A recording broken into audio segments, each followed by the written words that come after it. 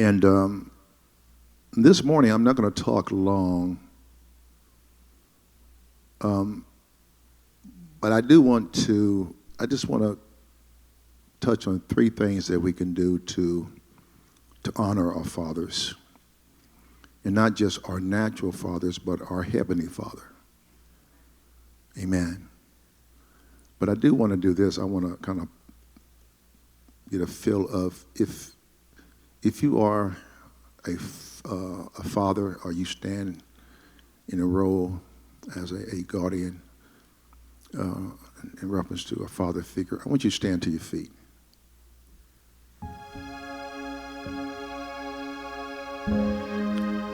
Amen. Now you can be seated. I just want to see. Now, if your father is still living, I want you to stand to your feet. If your father is still living, I want you to stand to your feet. Amen. All right, you can be seated. If the father of your children is still living, I want you to stand to your feet.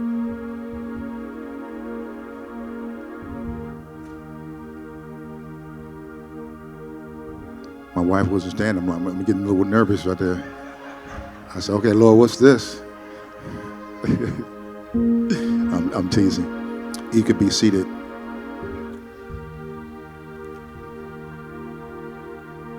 If you are a mother, stand to your feet.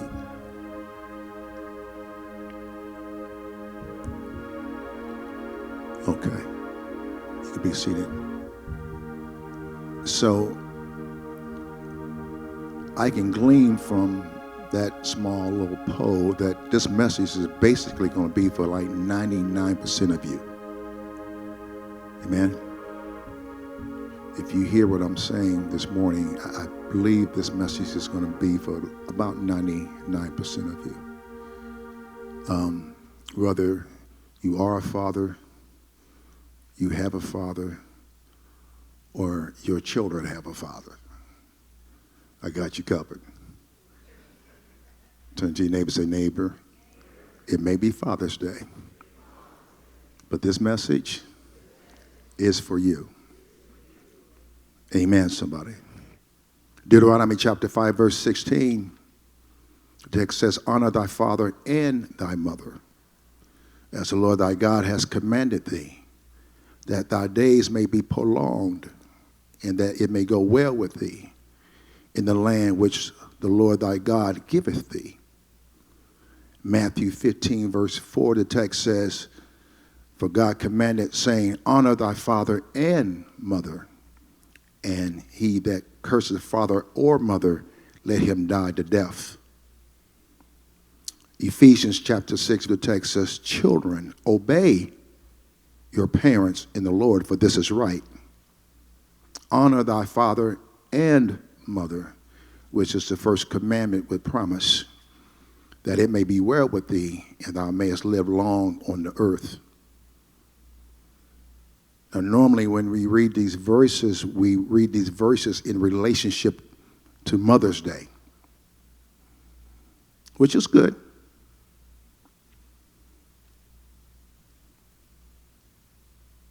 But I want you to take note that God does not just say mothers. He says father and mother. Even though Mother's Day is one of the most celebrated holidays there is, and rightfully so. But not the Father's Day. In fact, you'd be hard-pressed to find stuff out there for Father's Day. In fact, we was at the breakfast yesterday, and Pastor Knight was complaining. He wasn't going to complain. He's just sharing how his wife was upset because she couldn't find much stuff for the breakfast to decorate and do what she wanted to do for the fathers. She is so upset that she called the man and said, y'all ain't got nothing in here for fathers.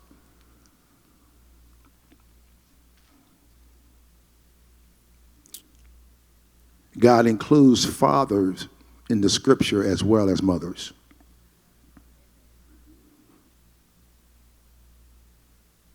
Why?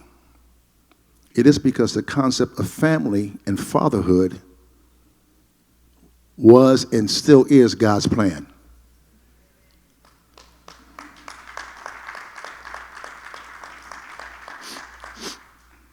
Before there was government, before there was organized religion, before there was formal education, God said this in Genesis chapter 1, verse 28. And God blessed them, and God said unto them, be fruitful and multiply, and replenish the earth, and subdue it, and have dominion over the fish of the sea, and over the fowl of the air, and over every living thing that moveth up on the earth. Now, the question then is, who is them? Because them are commanded by God to be fruitful.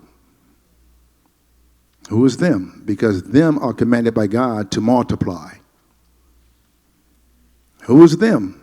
Because them are commanded to have dominion over the earth. He's talking about male, female. He's talking about husband and wife. So the family structure is, and it has always been, God's plan. If you read the National Geographic, sometimes they will run these stories on these tribes, these lost tribes. In fact, I was reading something not too long ago where a couple of people were killed by one of these lost tribes because they try to venture into their space. But if you get the National Geographic, they show these pictures of these lost tribes, these people who are isolated from normal society. And they tell you to leave them alone, don't bother them. In fact, there's a location, I forget where it is, but it's off limits to everyone else. And this couple try to go off in there, and they end up losing their life. But if you see these lost tribes in National Geographic, you're going to see, when they show you the photos in the National Geographic, you're going to see the man, the woman, and the child. That's what you're going to see when they show you these photos of them. And that's because the concept of family and fatherhood is a result of natural law, God's law. Say God's law. Natural law. Natural comes from the word nature. Nature means even you do or you don't have the equipment to do it.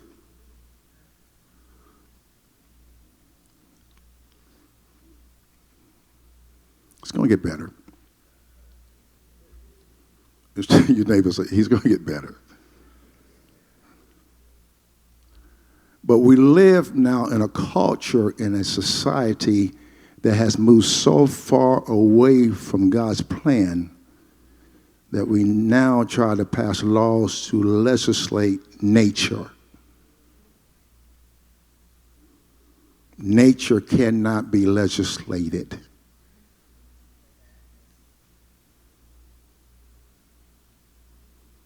It cannot.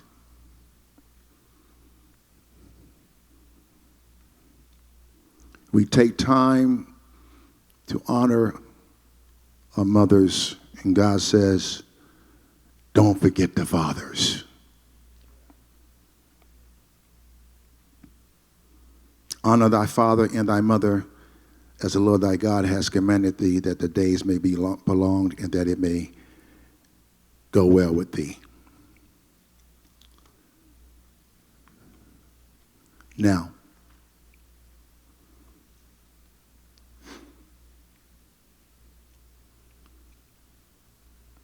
I just want to share with you 3 ways that you and I can honor our fathers, our natural father, and our spiritual father. Now, I had you stand up in relationship to whether your father was living, whether your child had a father, or whether you are a father, because this relates to basically everybody in here. All right? And so one of the ways that we can honor our natural father or the father of our children is to be respectful.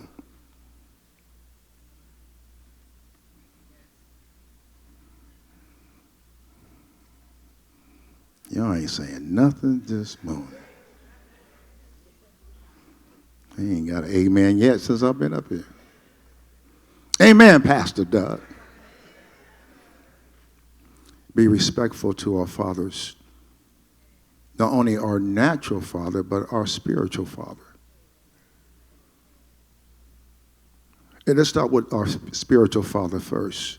In Malachi chapter 1 and verse 6, this is what the text says. And God is upset with them because he felt like he was being disrespected. And God says this in Malachi chapter 1 and verse 6.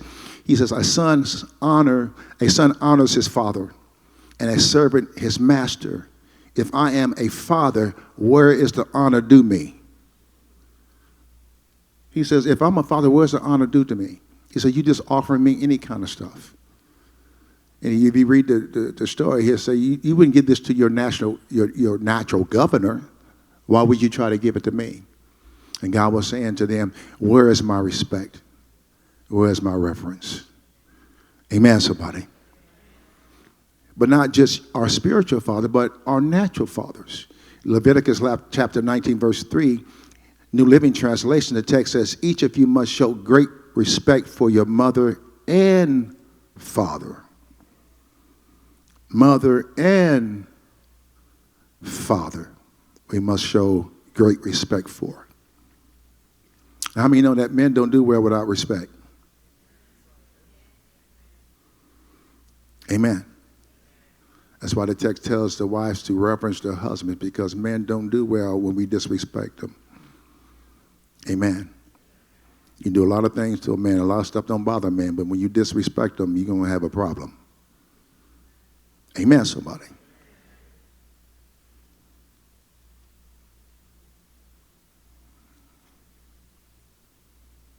Now, let me jump into this.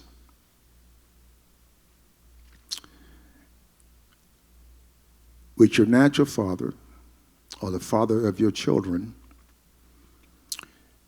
they may do things that you don't agree with. They may do things that you totally are against. But it's never biblically correct to disrespect them. Now you'll say, well, they don't deserve respect. When they start deserving it, they get it. I understand, but that's not what the scripture says.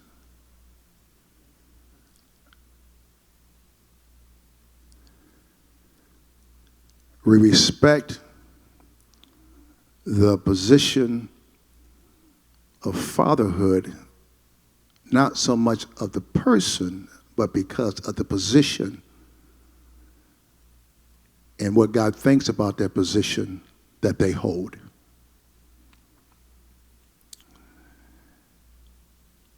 I'm going to read to you a verse where it shows us where the position of fatherhood is a calling. Amen, somebody. It's something that God esteems highly in reference to the family structure. So just because the person is not holding up the office that God has ordained that he should stand in, still does not give us as individuals the right to disrespect the office.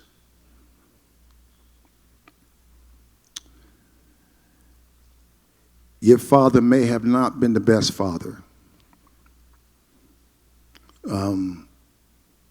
Your children's father may not be the best father to your children. I get that. But as a Christian, as a child of God, you still have the responsibility to uphold the text in spite of the person who's called to the office.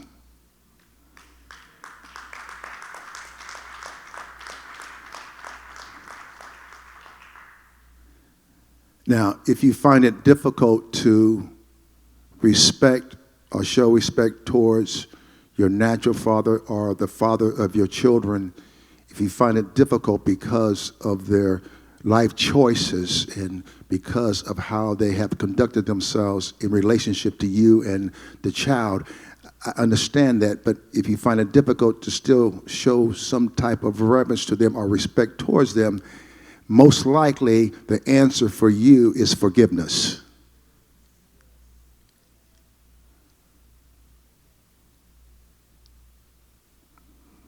Most likely, the story for you is forgiveness. Matthew chapter 18, verse 21, the text says, then Peter came to Jesus and asked, Lord, how many times shall I forgive my brother when he sins against me? Up to 70 times, or up to 7 times. Verse 22, and Jesus answered, I tell you, not 7 times, but 70 times 7. Luke 17 says, ask how many times a day must I forgive my brother?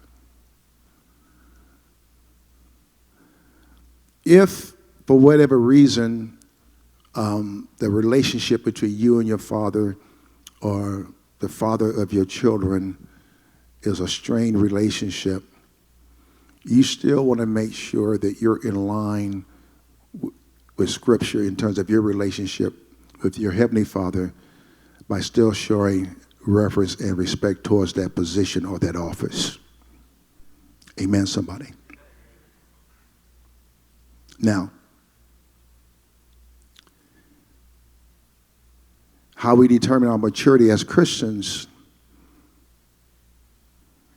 is really based on what we went through yesterday, we can handle today.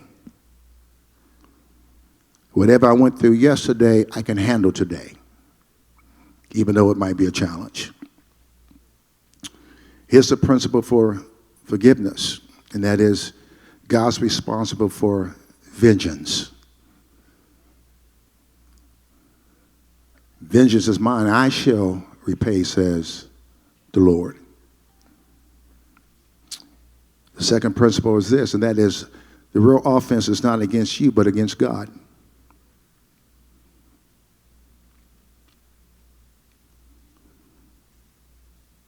And it's the third principle, and that is unforgiveness opens the door to bitterness and satanic attack.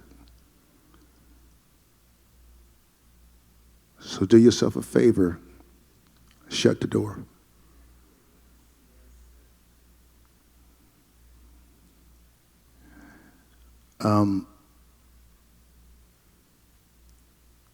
It's never good to try to fight a battle that belongs to God.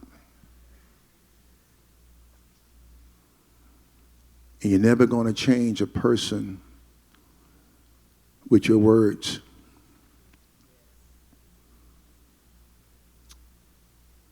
I found it's better for us to leave a person and their character flaws to God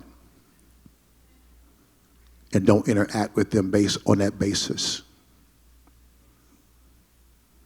When I interact with you based on the fact that you are a brother or sister in Christ.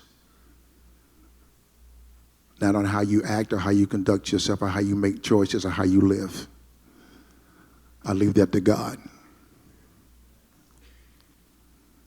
I say that because, it's one thing for if your father has not been a good father and you judge him and you treat him a certain way and not show respect, that has consequences for you. If the father of your child has not been a good father and you speak things and say things in front of your child, that affects you and your child.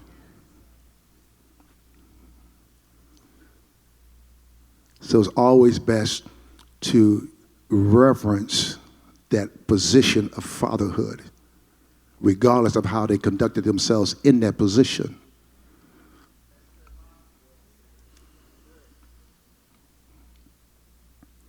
Because it's going to come back on you, and it's going to affect you or your children or your grandchildren. The second way we can honor our fathers, not just our natural father, but our spiritual father, is listen and learn from them.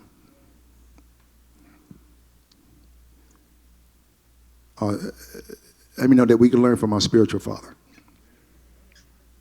Psalms 85, verse 8, the text says, I will hear what God, the Lord, will speak, for he will speak peace unto his people and to his saints, but let them not turn again to folly. It's always good for us to listen and to learn from our Heavenly Father. Amen. Jesus says, I only do what my Father tells me to do. Oftentimes, as children of God, we get in trouble because we don't listen and learn through the text of what God is speaking to us. Now turn that towards the natural father. It's the same. It's the same. Now, I know what some of you thinking, like, I'm not even going to. Paul Harvey says this. Y'all remember Paul Harvey? Some of us. He had a radio station, and the name of that radio station was That's the Rest of the Story. That's the rest of the story. His point was there's always another side to the story. And I'm going to step out here for a moment because I think it's necessary. Oftentimes when the father's not in the home or the father has been absent, people only get one side of the story. They never get the father's side of the story. They only get the mother's side of the story. And depending on how the mother feels about the father and the grandmother feels about the father and her siblings feel about the father, that's going to determine how the story is going to play out. Amen, Pastor Doug. It's okay to say amen. You only get one side of the story. There's always two sides of every story. That's why, I encourage you, if you are a Christian and you are maturing in this thing and you understand the significance behind mother and fatherhood in your role and what you want your children to learn in relationship to you, it's always best for you to try to get both sides of the story. And make your own judgment. Proverbs chapter 23, verse 22, the text says, listen to your father who gave you life. Proverbs 13, verse 1, the Message translation, the text says, intelligent children listen to their parents. Foolish children do their own thing. I want you to notice in the verse, the word parents is plural. It means more than one, as opposed to a singular noun. It means parents, two people. Don't just listen to one, listen to both. And then you might get some glimpse of what has happened in the gist of things. Some of us this morning, we are damaged adults because we only heard one side of the story. Malachi 4:6, the NIV translation says, he would turn the hearts of the fathers to the children and the hearts of the children to their fathers, or else I will come and strike the land with a curse.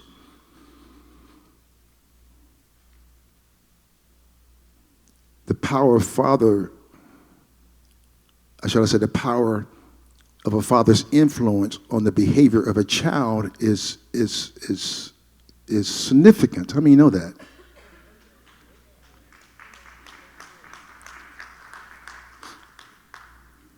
Whether he's a good father or not in your judgment call, that child needs to know that father.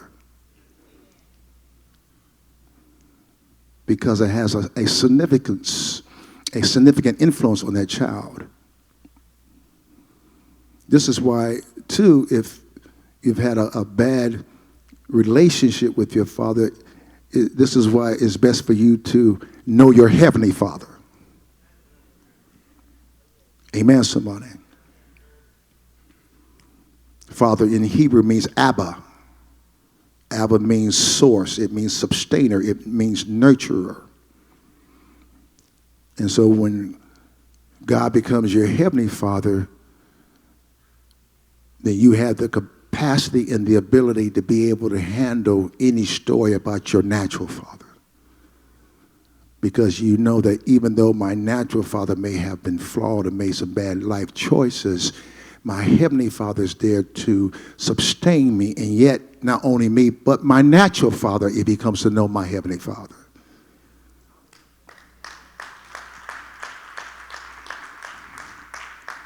So you come to that place where you realize that, you know what, my natural father did the best he could with what he had.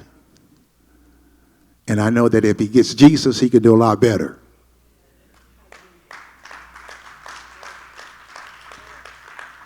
So now I don't judge him. I try to introduce him to my heavenly Father. Amen, somebody. And then the third thing we can do to honor our fathers and our natural fathers is this, and I'm almost done, and that is we can pray for our fathers. Pray for our natural fathers and pray to our spiritual father. How many know that when we pray to God, that's a sign of worship? Because when you ask God for something, when you ask him to do something for you, that's a sign of worship, because what you're saying is, I know you're able to do it. Galatians 6:7. Be not deceived. God is not mocked. For whatsoever a man soweth, that shall he also reap. Because Ham did not honor his father, Noah, his son Canaan was not going to be able to honor his children.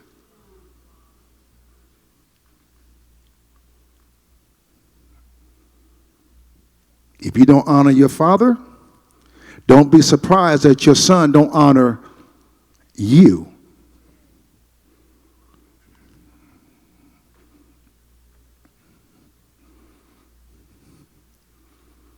I can take this principle on and on. If you mistreat somebody else's daughter, don't be upset when somebody mistreats your daughter. God is not mocked.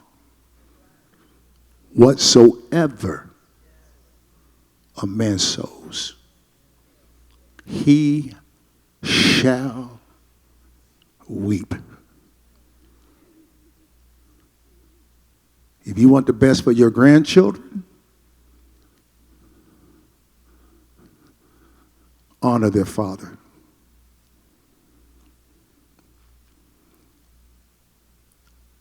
You want the best for your children, honor their father. And I can say that to man as well. You want the best for your daughter, then you honor somebody else's daughter.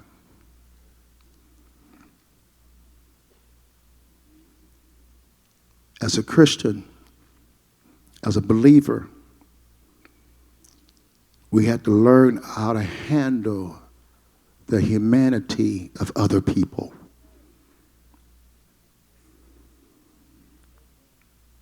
And we have to start with home, where we learn how to handle the humanity of our father and our mothers, and stop uncovering them, stop uncovering their bad choices and their bad decisions.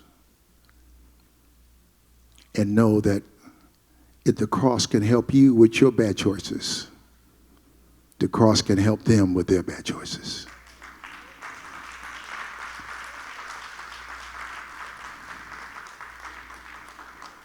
How we honor our fathers: respect them, listen to them, and pray for them.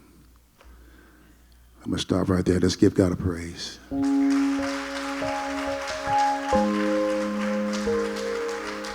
Come on, let's give him a praise. We have a good Father.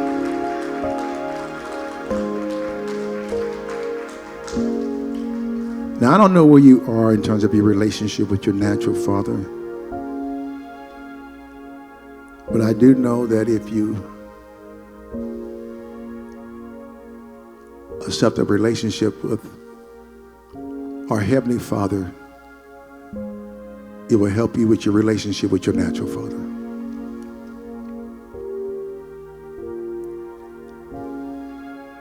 It'll help you in terms of understanding the weaknesses of humanity. It'll help you be more compassionate about bad choices and decisions. It'll help you to just come to that place where you accept people for who they are and not for who you want them to be. Because you know that God accepted you as you were. And if he accepts us as we are, then we have the capacity to accept other people as they are. But God loves you this morning. And he loves you with an unconditional love. And it is his will and his desire for every man, woman, and child to become part of his family. So if you're here this morning and you're not born again, and what I mean by that is if you're here and you've never accepted Jesus Christ as your personal Lord and Savior,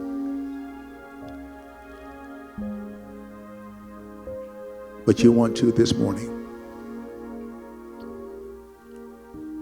you want Christ in your life, you want to become a part of his family, I'm going to lead you in a very simple prayer. Simple prayer, but a very powerful prayer if you pray it from your heart. If you're here this morning and you're already saved and you're already a part of God's family, I'm going to give you an opportunity to just rededicate yourself back to him with the same prayer. Either way, I'm going to ask everyone, if you would please just bow your heads and repeat after me. Say, Heavenly Father, I ask that you forgive me of all of my sins. I truly believe that Jesus Christ is your Son, who suffered on the cross and died. But on the third day, he was raised from the dead. And he's now seated at your right hand, praying for me that I might have life and have it more abundantly. Father, I'm asking for Jesus Christ to come into my life, to come into my heart, and to be my personal Lord and Savior. Now, Father, by faith, I believe that I am saved. Father, by faith, I believe that my name is now written in the Lamb's Book of Life. And I thank you for this. In Jesus' name, I pray. Amen. Come on, give him a praise.